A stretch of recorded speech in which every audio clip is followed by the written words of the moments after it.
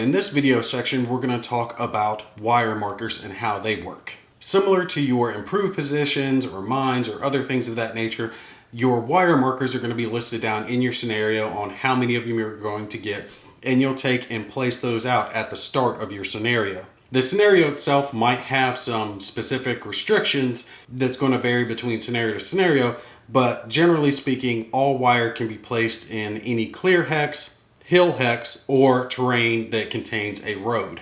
However, you cannot place wire in a hex that contains an improved position or an anti-tank ditch marker. The purpose of wire is to slow down units as they move through a specific hex. When it comes to soft units, those that do not have an armor value, when they take and move into a hex containing wire, they cannot move any further. They have to stop moving fully at that point.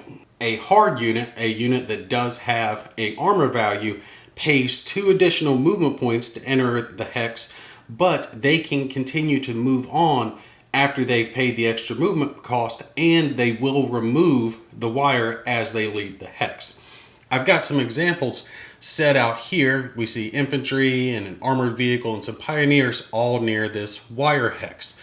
If this infantry were to activate and move here, even though the clear hex only cost 1 normally, the wire would stop them completely and they would stop moving at that point. The armored vehicle could take and pay 2 extra movement points, making it 3 movement points to enter the hex, but they would have remaining movement points and they could continue on afterwards, and the wire marker would be removed after the hard target had moved through. Keep in mind, op fire can be done at units moving through wire like this.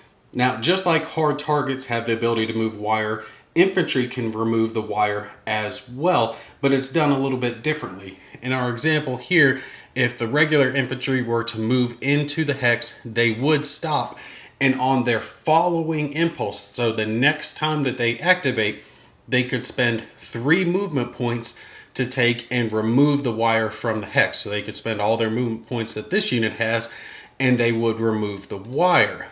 However, units like pioneers, engineers, and sappers are a little different. They can take and move in, and they too will stop immediately upon entering a hex with wire. However, they have the benefit that they do not have to wait until their following impulse to remove the wire. The wire can automatically be removed when a pioneer, engineer, or sapper moves into the hex like that.